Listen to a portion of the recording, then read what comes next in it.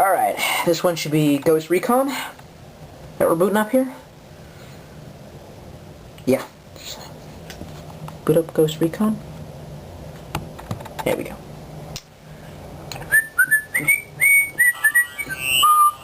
Good. Okay. 2004? Okay, so I guess a lot of these games were made in 2004.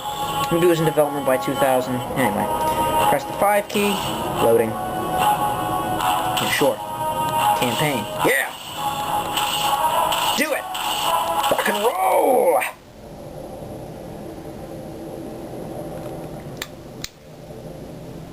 So did you get that thing looked at? Yeah. Okay, good. Good. Alright, you probably can't see these graphics. God, would it be any better if I backed it up or anything? God, you really gotta look on the internet. I know my camera's quality wasn't really made for this, you know, but anyway, so you kind of aim. This is weird, okay, ready? Because the movement is actually done on this pad, and the aiming is done with the D-pad. Okay, let me illustrate that. That would be movement done with this, and aiming done with this. Try that sometime. Try doing it backwards and see how it feels. It is a real pain in the ass. I mean, it really makes you feel awkward. Anyway, it's basic Ghost Recon stuff. I mean, you know, you kind of moving forward, backward, and you have like a whole squad and stuff, and you get to shoot at people and terrorists, and let me shoot a team member if I can. Because the team members, that's the interesting thing, is the team member AI, they'll go ahead of you.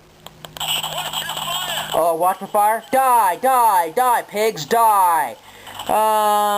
Next game. Alright, and, this should be one of the more graphically powerful games, Splinter Cell Chaos Theory. This is probably the best looking game out of the whole bunch, so, or even one of the better looking, Game Loft again, huh? Better looking games on the Nokia and Gage.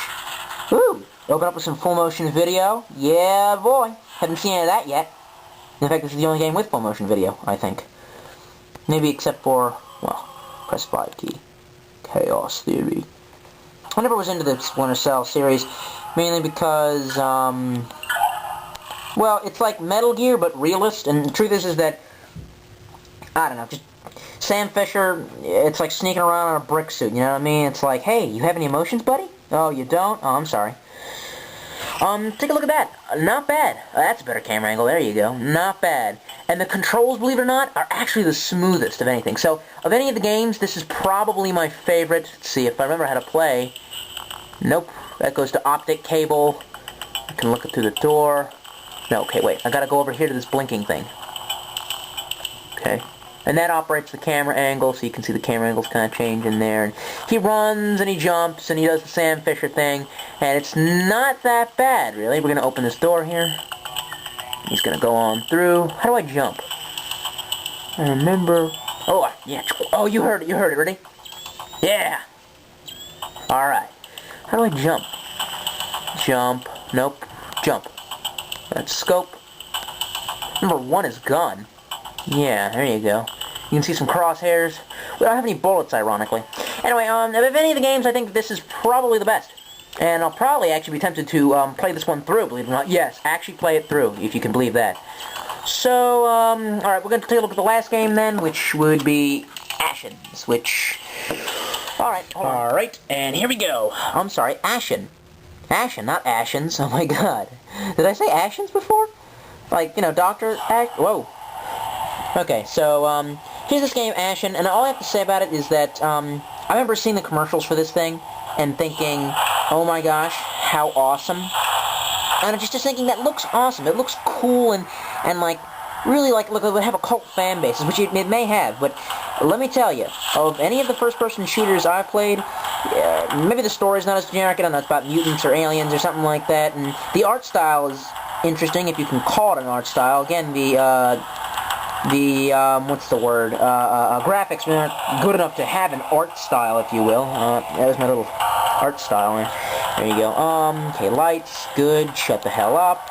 Anyway, aliens or something, or mutants invade the Earth, and you get to shoot them.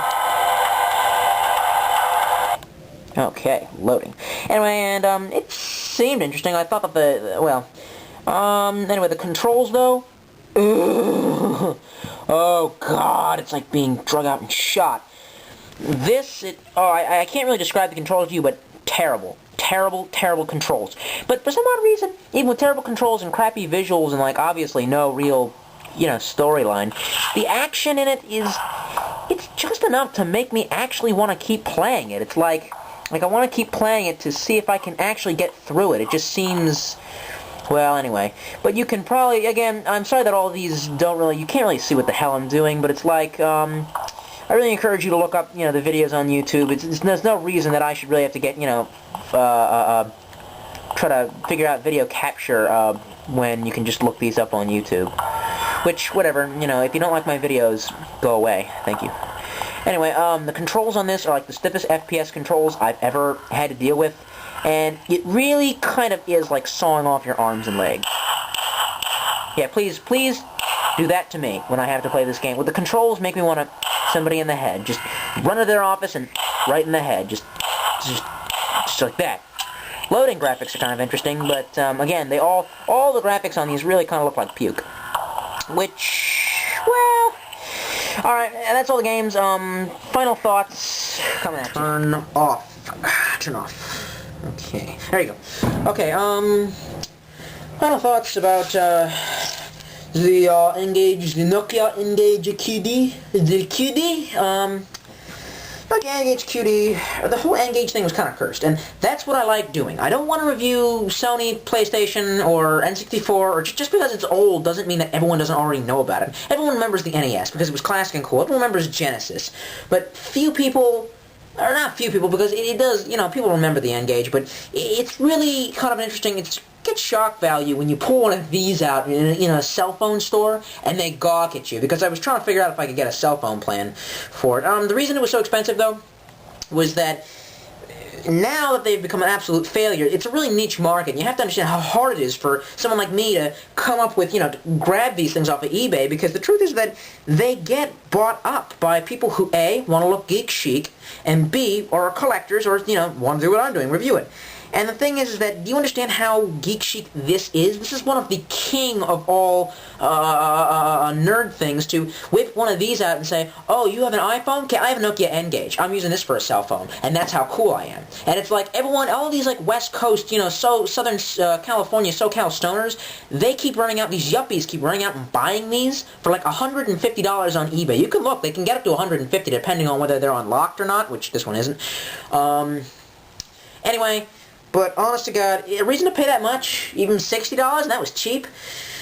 If you really want to look cool, yeah, this can do it. If you're, like, let's put it this way. If you have to understand what I think is cool. I don't think, what's the word, going to Guess Jeans and shopping and acting like, well, and running around in my Porsche is cool. To me, comic books are cool, bookstores are cool, video games are cool, and if I pull this out around my friends, they think it's cool. Well, if I had any friends. I mean, if your friends are into D&D, bring this to a D&D match, bring this to a GameStop and just say, hey, remember this? Because I do. And it's cool, but for $60, the system has flaws, and there's a reason it failed. I mean, let's not gloss over it. The graphics, it's a half-breed system. Yes, I'm going to use that word again, half-breed. Oh my gosh, the graphics.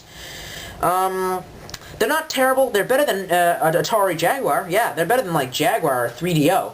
But they're not even like Sega Saturn. They're not even 32-bit. Anything that's like not even 32-bit, I almost feel like you don't have my attention. Don't call it 3D if you're not pushing at least 32-bit. That's terrible, but it's how I feel because it should at least have an art style. I mean, cut me some slack here. Changing games, turning on and off, and just dealing with the system in general, including the controls for most games being integrated into the gamepad, are a pain in the ass. And of course, trying to get it hooked up with a carrier, I just don't like cell phones at all. In fact, I think they're like some kind of dark social commentary that came out of something like 1984 to discuss that we've like become less humanized because of machines that we integrate ourselves with on a constant daily basis. I'm sorry, I kind of slipped off the edge there. It happens. Anyway, but you have to get it unlocked or find a SIM card. It's a real pain in the ass to work with the technology. Although, if you know how to hack, it may be good. I don't know. I'm not going to comment on it. It's not user-friendly in the least bit. PSP is user-friendly. DS is user-friendly. This is not. This is horrible.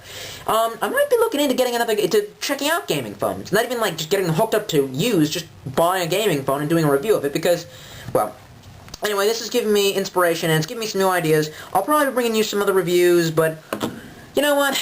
Wait till the winter's over. Or not wait till the winter's over. Wait till Christmas is gone by. I got stuff to do. Later.